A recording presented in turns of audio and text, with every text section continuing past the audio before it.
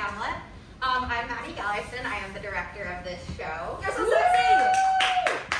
Just some basic information. If you do need to go to the bathroom or get water, you're going to exit through this door, go upstairs, and go across to the USC. Yes, that is going to be the closest bathroom and or water fountain. Sorry about that. This is a very inaccessible space. If you have a problem, take it up with the school. I am but a humble servant of theater. And if there is an emergency, same exit strategy. Out that door, up the stairs, and probably across the street to the USC. If you somehow don't know what happens in Hamlet, trigger warning. Lots of death and talk of death. If you think that's a spoiler, feel free to talk to, William Shakespeare. He wrote it in, it's thought to be like 1599 to 1601. So can you call a 523-year-old play spoiled? Anyway, if you love Shakespeare and you love other productions and you want to support student theater, we have some upcoming productions. Forbidden Planet Productions is going to be presenting Company March 31st to April 2nd. Generic Theater Company is going to be presenting Next to Normal April 7th through 9th. 14th grade players represents The Misanthrope April 21st to 23rd. Woo! And then GW Shakes is going to be doing Much Ado, and then also Little Lemon in April. But, yeah, without further ado, I forgot, runtime is going to be about 2-ish hours. There's going to be a 10-minute intermission. It'll be cued by us turning on the lights. It's a long play, sorry guys. Sit back, relax, and enjoy.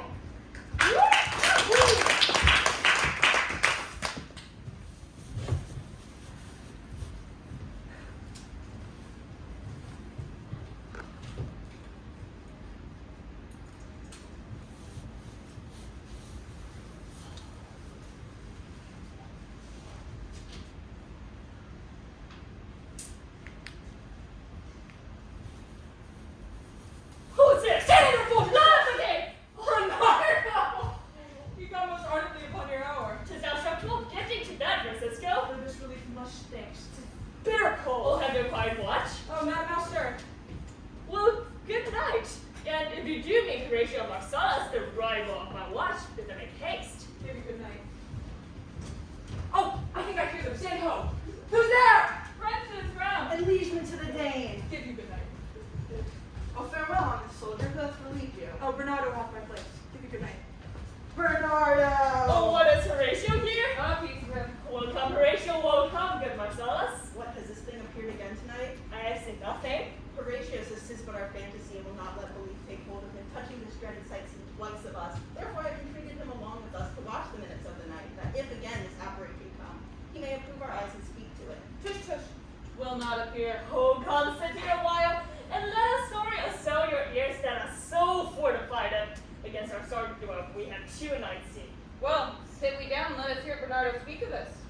Last night of all, when yon same star as westward from the pole had illumined the part of heaven where now it burns, Marcellus and I, the bell beating, one! Ah! Peace, break me off, where come again! Oh, in the same figure like the king says dead! Thou art a scholar, Horatio, speak to it. Oh, looks it not like the king? It most like it heralds me with fear and wonder. Question it, Horatio. What art thou that usurp this time of night, together with that fair and warlike form in which the very majesty of Denmark did sometimes march? By heaven, I charge thee, speak! It is offended. Oh, it stalks away. Say, speak, I charge thee, speak! 'Tis gone and will not answer. Oh, Horatio, you tremble and look pale. 'Tis not something more than fantasy? Before my God, I might not disbelieve without the sensible and true vouch of mine own eyes. But is it not like the king? As thou art to thyself, 'tis strange. How twice before, and jump at this dead hour, with martial stalk has it gone by our watch. In what particular thought to work I know not, but in the gross and scope of my opinion, I fear this bodes some strange eruption to our state. Good. Now, sit down and tell me, he who knows, why this same strict and most observant watch so nightly toils the subject of the land, and why the strange cast of brazen cannon so makes the night joint laborers with the day. Who is it that can inform me? That can I.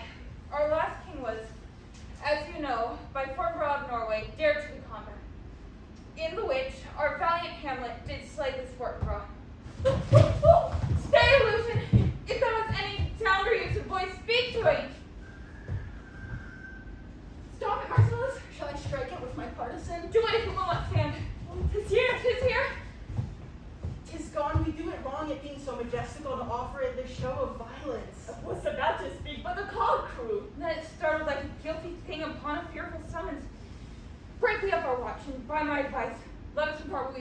my entry on Hamlet, for on my life, this spirit done to us will speak to him. Do you consent we shall acquaint him with it as needful in our loves, fitting our duty? Let's do it, I pray, and I this morning know where to find him most conveniently.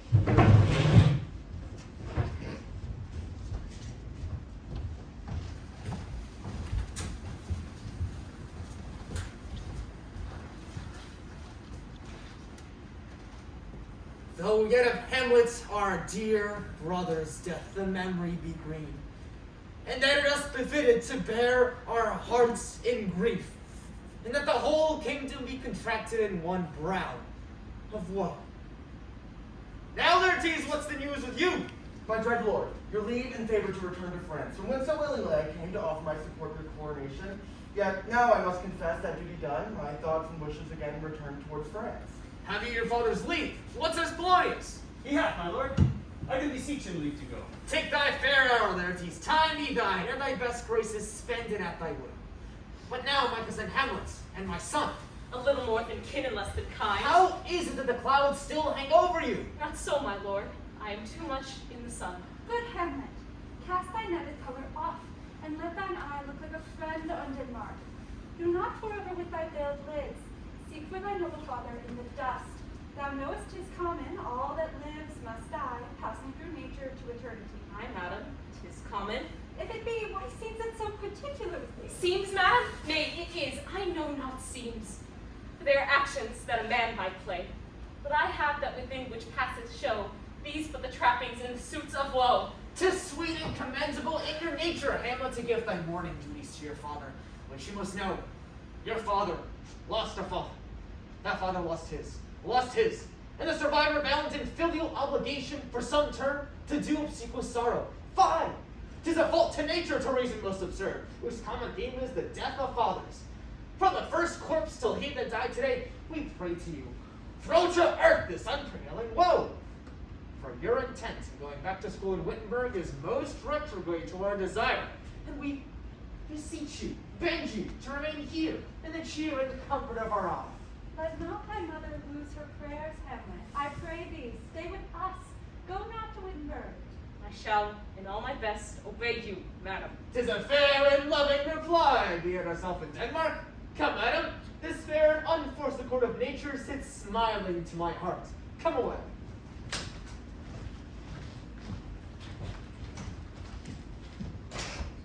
Oh, that this too solid flesh would melt, thaw, and resolve itself into a dew. Or that the everlasting had not fixed his cannon against self-slaughter. Oh God.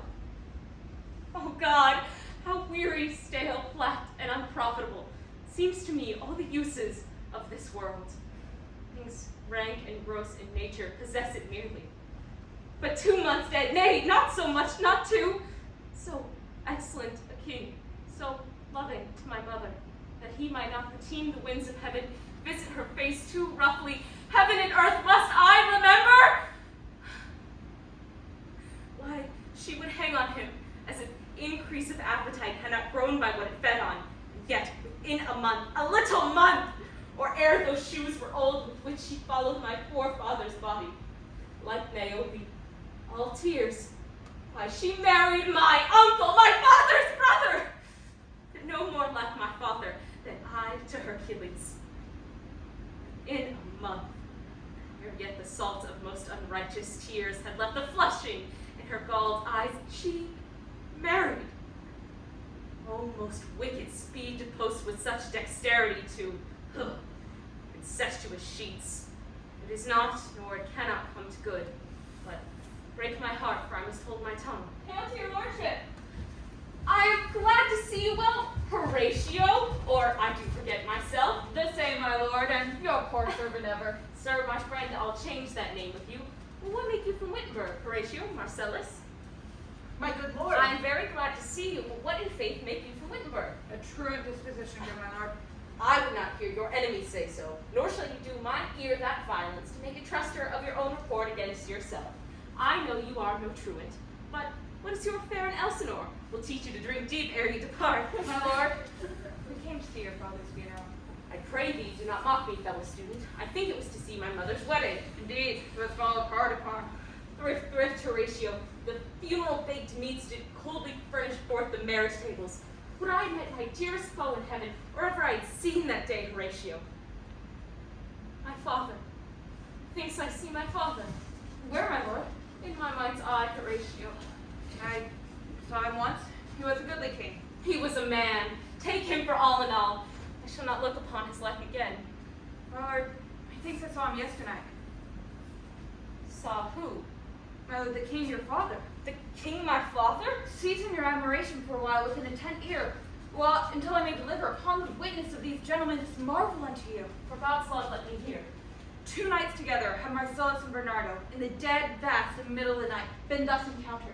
A figure like your father appears before them, and with solemn march thrice walks by their fear surprised eyes, whilst they, distilled almost as if to jelly, stand dumb and speak not to him. All this to me in dreadful secrecy impart they did, where I, with them the 3rd night, kept watch. And, as they had delivered, both in time, form of the thing, each word made true and good, I knew your father. But where was this? My lord, upon the platform where we watch. Did you not speak to it? My lord, I did. It's very strange. Hold you to watch tonight? We do, my lord. I will watch tonight. Perchance we'll walk again. I warrant will. If it assume my noble father's person, I'll speak to it. Though hell itself should gape and bid me hold my peace. Upon the platform, twixt 11 and 12, I'll visit you. Our duty to your honor. Your love is mine to you. Farewell. Father, spirit in arms. All is not well. I doubt some foul play with the night were come. Till then, sit still, my soul. Foul deeds will arise, though all earth overwhelm them to men's eyes.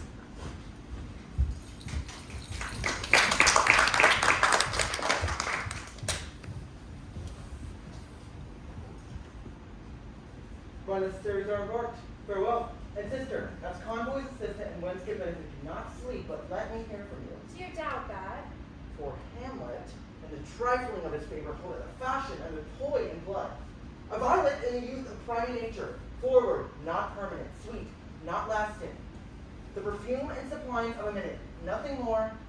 I shall the effect of this good lesson keep as watchman to my heart, but, good my brother, do not as some ungracious pastors do, show me the steep and thorny way to heaven, whilst, like a puffed and reckless libertine, himself the primrose path to Italians treads, and reaps not his own reed. Oh, fear me not. I stay too long. But here my father comes. A double blessing is a double grace. Occasion smiles upon a second leave. Yet here, Laertes, aboard for shame. The wind sits in the shoulder of your sails, and you are stayed for. There, my blessing with thee. This above all, to thine own self be true. And it must follow as the night the day, thou canst not then to any man be false. My blessing cease in this in me. Most humbly do I take my leave, my lord. Farewell, Ophelia. And remember what I said to you. 'Tis in my memory locked, and you yourself shall keep the key of it. Farewell. What is it, Ophelia, he hath sent to you? So please you? Something touching the Lord Hamlet. Marry, well bethought. 'Tis told me he hath very oft of late given private time to you, and you yourself have of your audience been most free and bounteous. If it is so, as so 'tis put on me, then in the way of caution I must tell you, you do not understand yourself so clearly. As it behooves my daughter and your honor, what is between you? Give me up the truth. He hath, my lord, of late made none tenders of his affection to me. Affection. Ha! You speak like a green girl. My lord, he hath importuned me with love in honorable fashion. Aye, fashion you may call it. Go to. And hath given countenance to his speech, my lord, with almost all the holy vows of heaven. Aye, springes to catch woodcocks. I do know when the blood burns, how prodigal the soul lends the tongue vows. These blazes, daughter, giving more light than heat, you must not take for fire. From this time be somewhat scantier of your maiden presence for the Lord Hamlet. Do not believe his vows, for they are brokers, not of that dye which their investments show, but mere implorers of unholy suits. I would not, from this moment forward, have you so slander any moment's leisure as to give words to or talk with the Lord Hamlet. Look to it, I charge you. Come your ways. I shall obey, my lord. Ophelia, so sexy.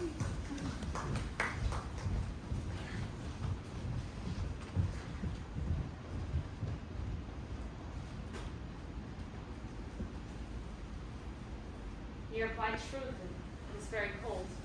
I think it lasts at 12. No, it is struck. Indeed? I heard it not. Then draws near unto the season in which the spirit holds the want to walk. What does this mean, my lord? Ay, marry, 'tis a custom, more honored in the breach than the observance. My lord, it comes! Angels and ministers of grace defend us. Be thou, spirit of health, or goblin damned. Thou come in such a questionable shape that I will speak to thee. I will call thee Hamlet. King, father, royal dame, oh answer me! Look, with what courteous action it waves you to a more removed ground, but do not go with it. No, by no means. It will not speak. Then I will follow it. Be warned, you shall not go. Hand me, gentlemen! By heaven, I'll make a ghost of him that lets me! I say, away! Go on, I'll follow you. He waxes desperate with imaginations. But follow 'tis not fit thus to obey him.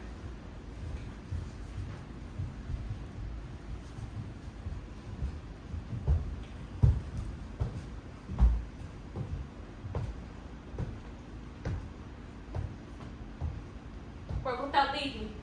Speak, I'll go no further. Mark me. I will.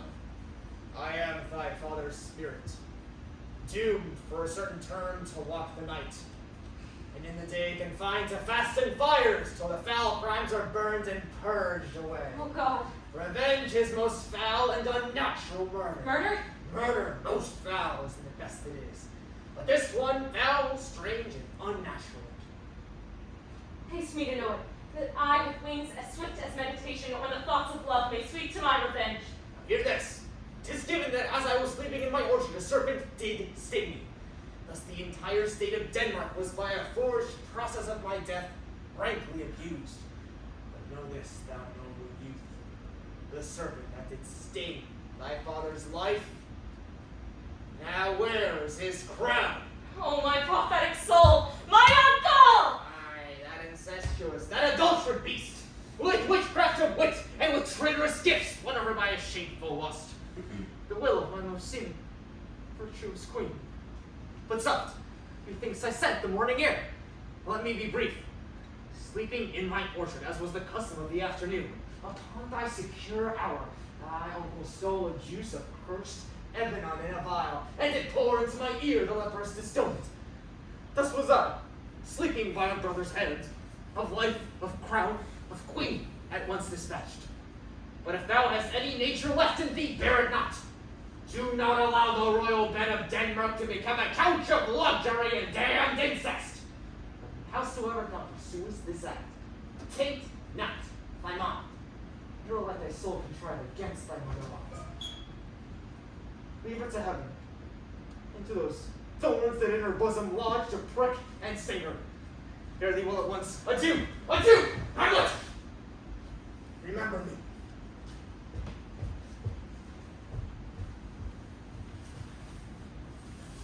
Oh, all you host of heaven, oh earth, what else? And shall I couple hell? Oh, fie. Hold my heart. And you, my sinews grow not instant old, but bear me stiffly up. Remember thee. Oh, most pernicious woman, oh villain, smiling damned villain, that one may smile and be a villain. At least I'm sure it may be so in Denmark. So, uncle, there you are. Now to my word, I have sworn it. My lord, poor Hamlet! Heaven secure him! So be it. Oh, my lord! Oh, my boy! How is it, my most noble lord? What news, my lord? Oh, wonderful. Good my lord, tell it. No, you'll reveal it. Not I, my lord, but by heaven. Nor I, my lord. Never make known what we've seen tonight. My lord, we will not. Nay, but swear it. In faith, my lord, not I. Nor I, my lord, in faith. Swear! Come on, you hear this fellow in the cellarage. Consent to swear. Oath the oath. Swear! Rest, perturbed spirit! So, gentlemen, with all my love, I do commend me to you, as poor a man as Hamlet is, may do to express his love and friendship to you. God willing, shall not lack. Let us go in together, and still your fingers on your lips, I pray. Oh, the time is out of joint. Oh, cursed spite that ever I was born to set it right. Men, come, let's go together.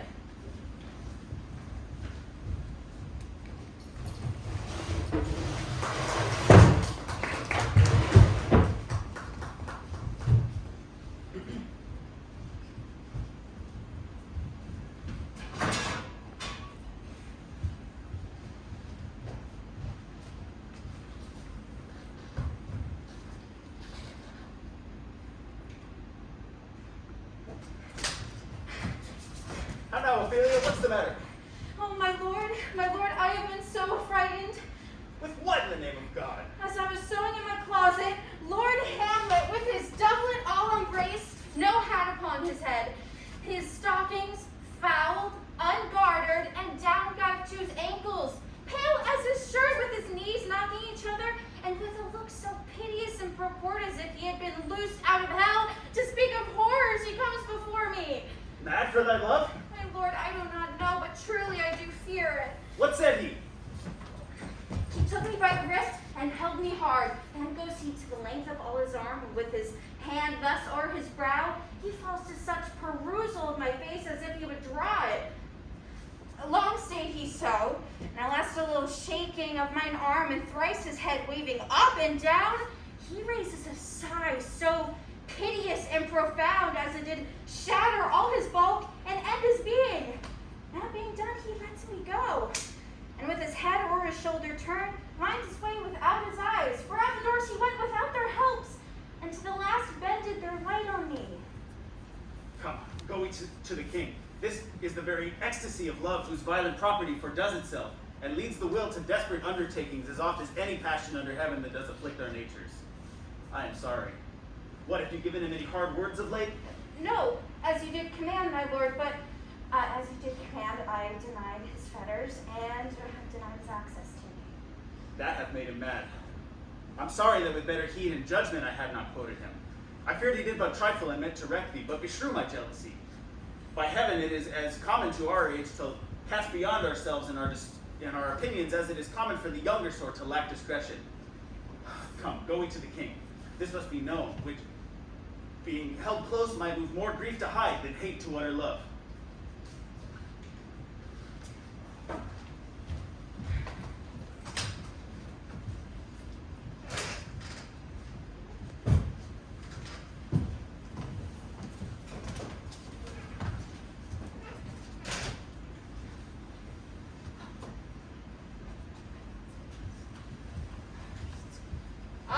Welcome, dear Rosencrantz and Guildenstern. Wherever that we did so long to see you, your use to provoke our hasty sending. Something have you heard of Hamlet's transformation? Gather so much as you can, as seeing unseen that opened lies within our remedy. Good gentleman, he hath much talked of you, and sure I am there are not two men living to whom he more adheres. Both your majesties, might by the sovereign power you have of us, put your command more into pleasure than to entreaty. Who would both obey and hereupon freely at your service and full bend to be commended. Thanks, dear Rosencrantz and gentle Guildenstern. Thanks, Guildenstern and gentle Rosencrantz, and I beseech you both instantly to visit my much too changed son. Heaven make our present and practices pleasant and helpful to him.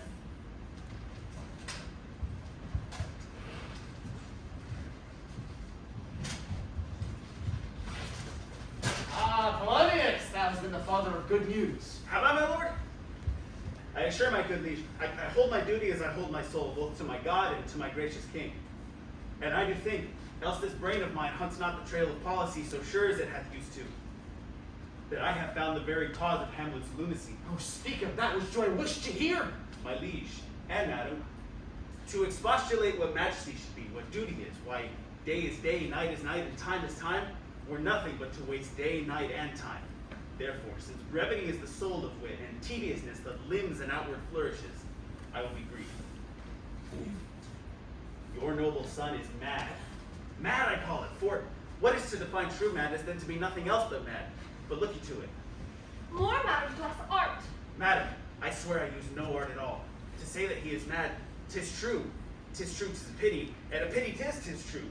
A foolish figure, but farewell it, for I will use no art. I have a daughter. Have, while she is mine, who in her duty and obedience, mark, hath given me this. Now gather and surmise. To the celestial in my soul's idol, the most beautified Ophelia. Ugh, that's an ill phrase, a vile phrase. In her excellent white bosom these, etc. Clip this from Hamlet to her. Good lady, stay a while, I will be faithful. Doubt thou the stars are fire, doubt that the sun doth move, doubt truth to be a liar, but never doubt I love. Oh dear Ophelia, I am ill at these numbers. I have no art to reckon my groans, but that I love thee best, oh, most best, believe it. Adieu. To thine evermore, whilst this machine is to him. Hamlet.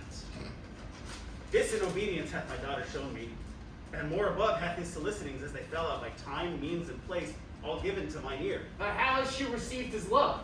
What do you think of me? Of a man faithful and honorable. I would fain prove so. But what might you think when I had seen this hot love on the wing as it fell out? I must tell you that before my daughter showed me, I went round to work, and my young mistress thus did I to speak. Lord Hamlet is a prince out of thy star, this must not be.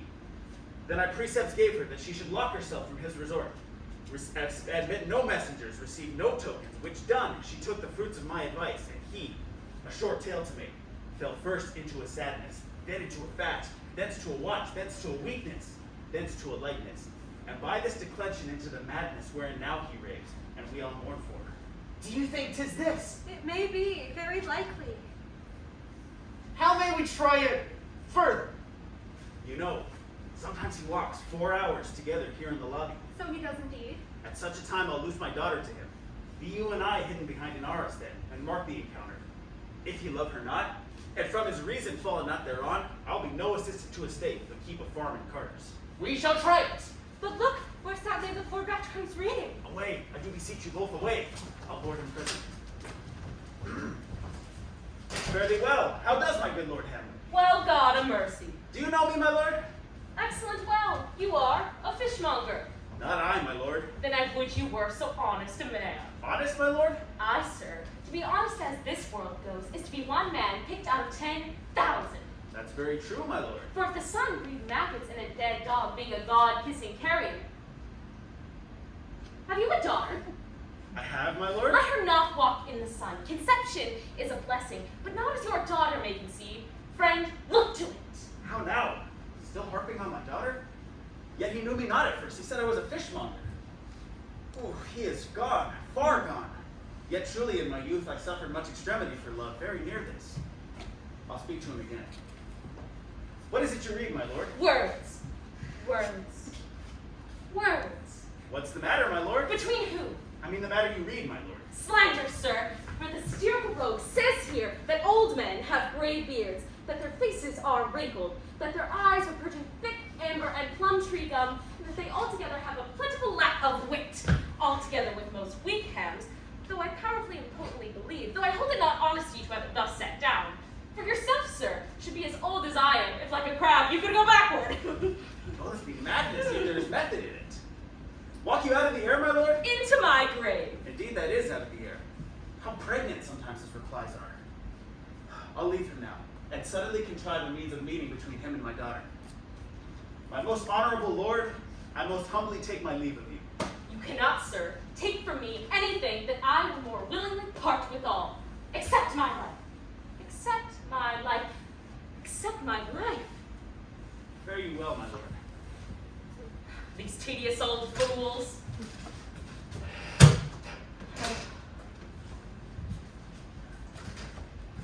My honored lord! My most dear lord. My excellent good friends, how dost thou, Guildenstern? Ah, Rosencrantz, how do ye both? What's the news? None, my lord, but the world's grown honest. Then is doomsday near? But your news is not true. Let me question more in particular. What have you, my good friends, deserved at the hands of fortune that she drives you to prison hither? Oh, prison, my lord. Denmark's a prison. Then is the world one? A goodly one, in which there are many confines, wards, and dungeons, Denmark being one of the worst. We think not so, my lord. Why then, 'tis none to you, for it is neither good nor bad, but thinking makes it so. To me, it is a prison. Ugh. Shall we court? For by my faith, I cannot reason. Oh, we will wait upon you. No such matter. I am most dreadfully attended. But in beating away of friendship, what make you at Elsinore? To visit you, my lord, no other occasion. Were you not sent for? Come, deal justly with me. Come, nay, speak! What do you want us to speak, my lord? Why, anything but to the purpose. You were sent for. There is a kind of confession in your looks which your modesties have not craft enough to color. I know the good king and queen have sent for you. To what ends, my lord? That you must teach me. But let me conjure you, by the rights of our fellowship, be even and direct with me, whether you were sent for or no. My lord, We were sent for. I will tell you why. I have of late, but wherefore I know not, lost all my mirth, all my custom of exercises, and indeed it goes so heavily with my disposition and this goodly frame, that the earth seems to me a sterile promontory, and excellent canopy appears to me no other thing than a foul and pestilent congregation of vapors. What piece of work is a man?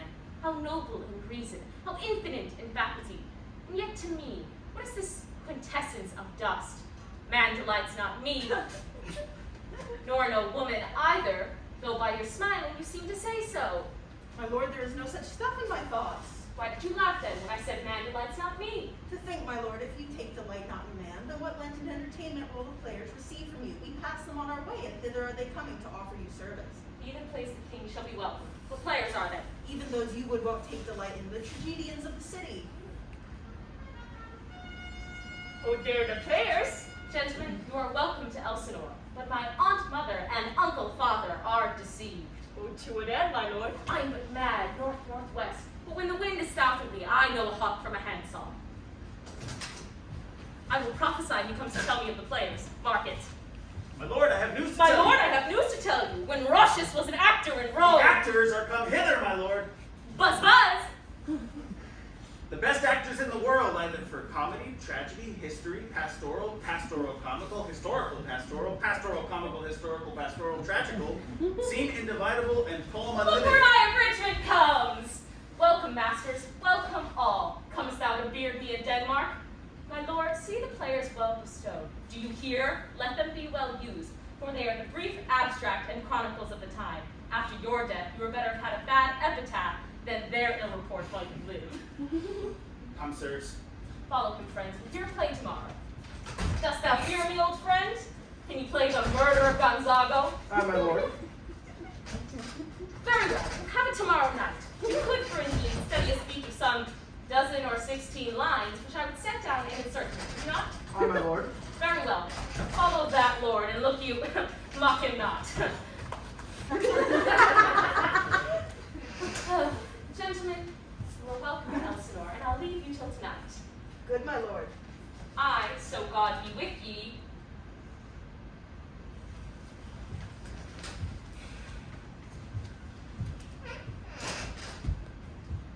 now I am alone. Am I a coward who calls me villain, breaks my pated cross? Why, what an ass I am. This is most brave, that I, the son of a dear father murdered, prompted to my revenge by heaven and hell, must now, like a whore, unpack my heart with words and fall a cursing on it. Fie! Felt my brain, I have heard that guilty creatures sitting at a play have by the very cunning of the scene been so struck to the soul that they have presently proclaimed their malfactions. I'll have the players play something like the murder of my father before mine uncle. I'll observe his looks. I'll tempt him to the quick. If he but blench, I know my course. The play's the thing wherein I'll catch the conscience of the king.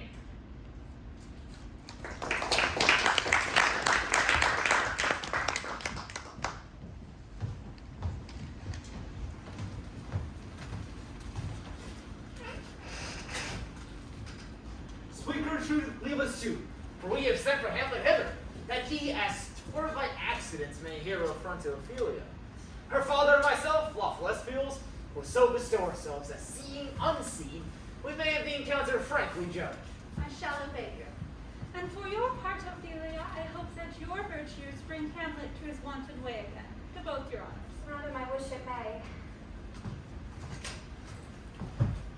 Ophelia, walk you here. I hear him coming. Let's withdraw, my lord.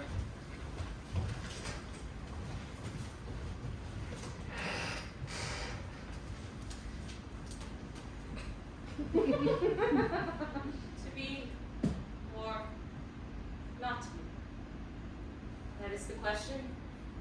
Whether 'tis nobler in the mind to suffer the slings and arrows of outrageous fortune, or to take arms against a sea of troubles, and by opposing end them, to die, to sleep no more, and and by that sleep, we say to end the heartache and the 1,000 natural shocks that flesh is heir to. 'Tis a consummation, devoutly to be wished. To die, to sleep, perchance to dream. Aye, there's the rub. For in that sleep of death, what dreams may come, as we have shuffled off this mortal coil, must give us pause. There's the respect that makes this calamity of so long life. For who would bear the whips and scorns of time, the oppressor's wrong, the proud man's contumely, the pangs of despised love, the insolence of office, the law's delay, and the spurns that patient merit of the unworthy takes, when he himself might his quietus make with a bare bodkin? For who would fardels bear to brunt and sweat under a weary life?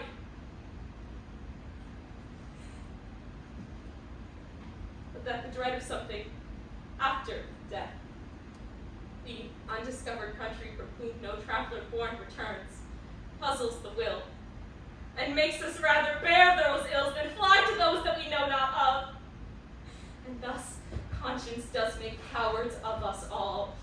And thus the native hue of resolution is sicklied over with the pale cast of thought. And enterprises of great pith and moment with this regard their currents turn awry and lose the name of action. Soft, the fair Ophelia lived in thy prayers. Be all my sins remembered. Good, my lord. How does your honor for this many a day? I humbly thank you. Well. My lord, I have remembrances of yours that I have longed to re-deliver. I pray you now receive them. No, I never gave you aught. My lord, you know right well you did. And with them words of so sweet breath composes made the things more rich. Their perfume lost, take these now again, for to the noble mind rich gifts wax poor when givers prove unkind. There, my lord. Are you honest? My lord. Are you fair? What means your lordship? Then if you be honest and fair, your beauty should admit no discourse to agree. Could beauty, my lord, have better commerce than with honesty? Aye, truly, for the power of beauty will sooner transform honesty from what it is to a bawd than the force of honesty can translate beauty into its likeness. This was sometimes a paradox, but now the time gives it proof. I did love you once. Indeed, my lord, you made me believe so. You should not have believed me, for virtue cannot so inoculate our old stock, but we shall relish of it. I loved you not. I was the more deceived. Get thee to a nunnery! For why wouldst thou be a breeder of sinners? I am myself indifferent, honest, but yet I can accuse me of such things that it were better my mother had not borne me. I am very proud, revengeful, ambitious, with more offenses at my beck than I have thoughts to put them in, imagination to give them shape, or time to act them in. Why should such fellows as I, crawling between earth and heaven, we are errant knaves all, believe none of us! Go thy ways to a nunnery. Where's your father? At home, my lord. Let the doors be shut upon him, that he may play the fool nowhere but in his own house. Farewell. Oh, heavenly powers, restore him! Go to it! I'll have no more on it! It hath made me mad! We will have no more marriages! Those that are buried already, all but one shall live. The rest shall keep as they are. Go thy ways to a nunnery.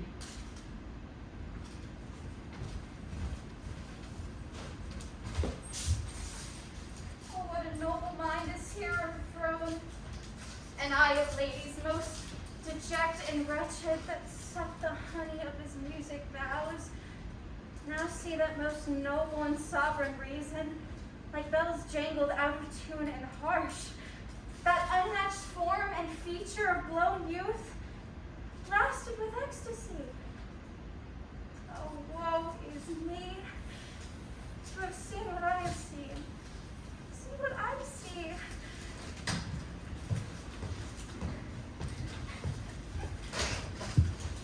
Love? His affections do not that way tend, nor what he spoke of was not like madness. There's something in his soul over which melancholy sits on brood. I do doubt that the hatch and the disclose will give some danger, which for to prevent, I have made with quick determination that he shall speed for England. Run his brain still beating, he may put fashion onto himself. What think you want? It shall do well, my lord. Yet, lately do I believe the origin and commencement of his grief has sprung from neglected love. How now, Ophelia? You need not tell us all that Lord Hamlet said, for we heard it all. My lord, do as you please, but if you hold it fit, after the play let his queen mother all alone entreat him to show his grief. If she finds him not, to England send him, or confine him, where your wisdom best shall think. It shall be so. Magnus and great ones must not unwatched go.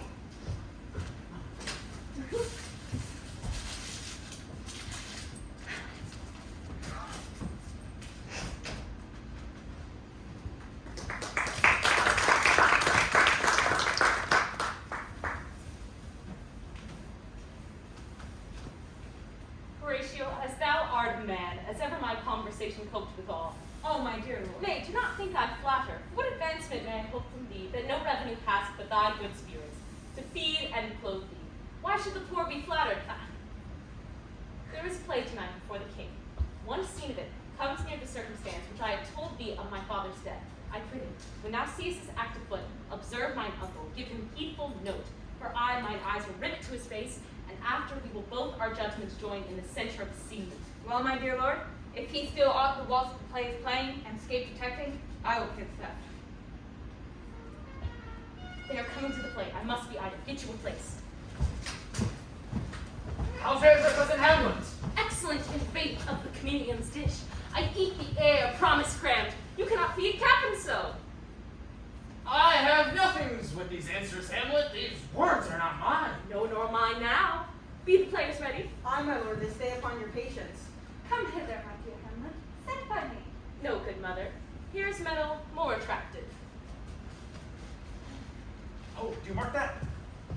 Lady, shall I lie in your lap? No, my lord.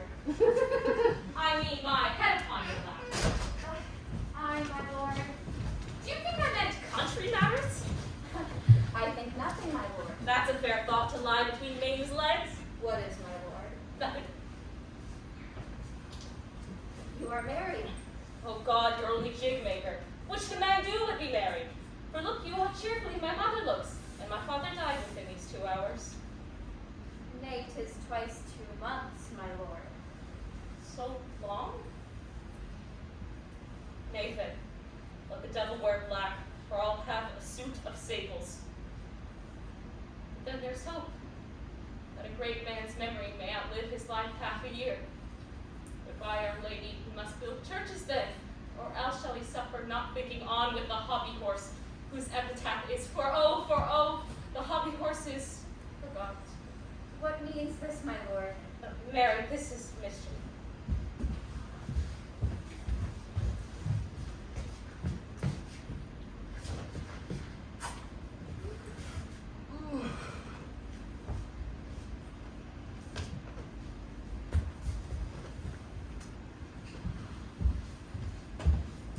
Madam, how do you like this play? The lady doth protest much, methinks. Oh, but she'll keep her word. Have you heard the argument? Is there offense in it? No, they do but jest. Poison in jest. No offense in the world. What do you call the play? The mousetrap. Mary tropically. How? This play is an image of a murder done in Vienna. Gonzago is the duke's name. His wife Baptista you shall see anon. 'Tis a knavish piece of work, but your majesty and we that have free souls, it touches us not. Let the gall jade wince, our withers are unwrung. This is one Lucianus, nephew to the king. He poisons him in the garden for his estate. His name's Gonzago. The story is extant, writ in choice Italian. You shall see anon how the murderer gets the love of Gonzago's wife. The king rises. What? Frightened with false fire? How fast, my lord? Give her the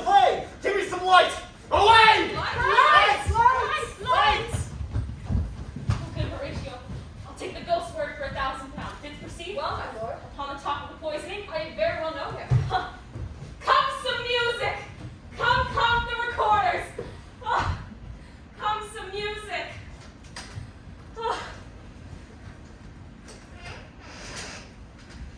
My lord vouchsafe me a word with you. Sir, a whole history. The king, sir. Of him, sir. As in his retirement marvelously distempered. With drink, Or sir. rather with choler. It will do you wiser to signify this to his doctor, for me to put him to his purgation would perhaps plunge him into far more choler. My lord, put your discourse into some frank and start not so wildly from an affair. I am tame, sir. Pronounce. The queen, your mother, in the most great affliction of spirit, has sent me to you. You are welcome. And thus she says, your behavior has struck her into amazement and admiration. Oh, wonderful that a son can so astonish a mother. But is there no sequel at the heels of this mother's admiration? In part, She desires to speak with you in her closet ere you go to bed. we shall obey were she 10 times our mother. Any further trade? My lord, you once did love me. So I do still, by these pickers and stealers. My lord, what is the cause of your distemper? Sir, I lack advancement. How can that be when you have the voice of the king himself for your succession in Denmark? God bless you, sir. My lord, the queen would speak with you, and presently. Do you see yonder cloud that's almost in the shape of a camel? Find the mast, 'tis like a camel, Methinks it is like a weasel, 'tis backed like a weasel, or like a whale. very like a whale. We shall obey. They flew me to the top of the bend. I will come by and by. I will say so. By and by is easily said. Leave me, friends.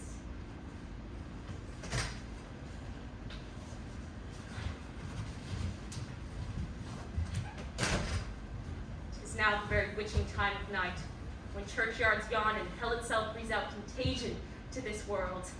Now can I drink hot blood and do such bitterness as the day would quake to look on. Soft. Now to my mother's chamber. O heart, lose not thy nature.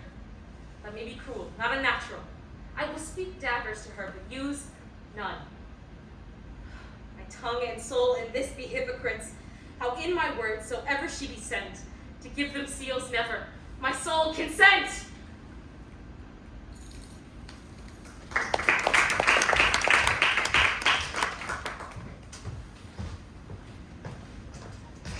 My lord, he's going to his mother's closet.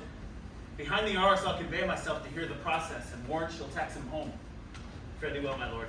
I'll send for you ere you go to bed, and tell you all I know. Thanks, dear my lord.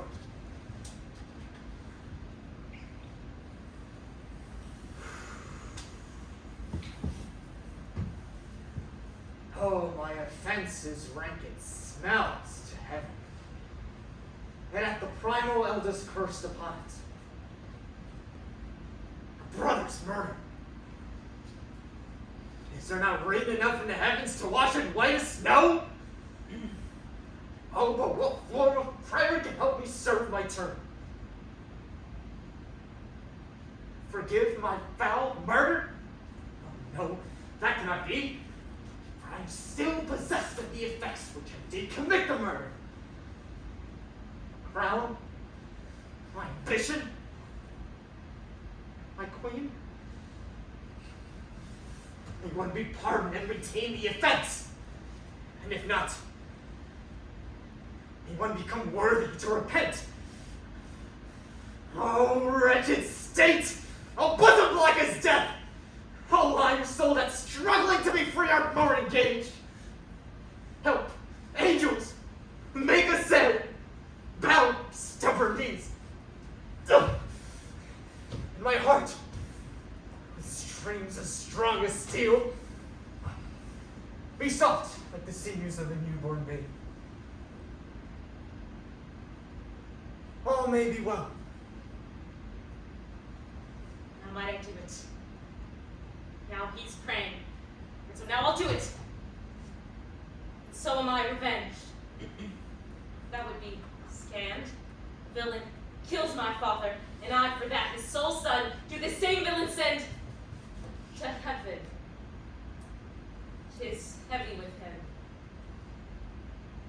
And am I then revenged to take him in the purging of his soul when he is fit and seasoned for passage? No! Up, sword, and know thou a more horrid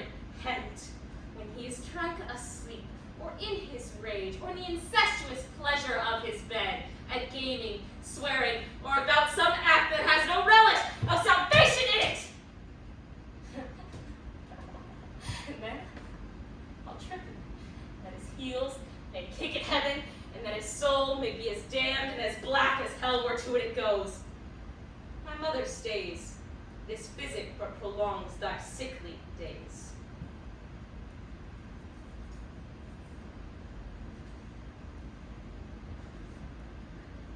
My words fly up. My thoughts remain below.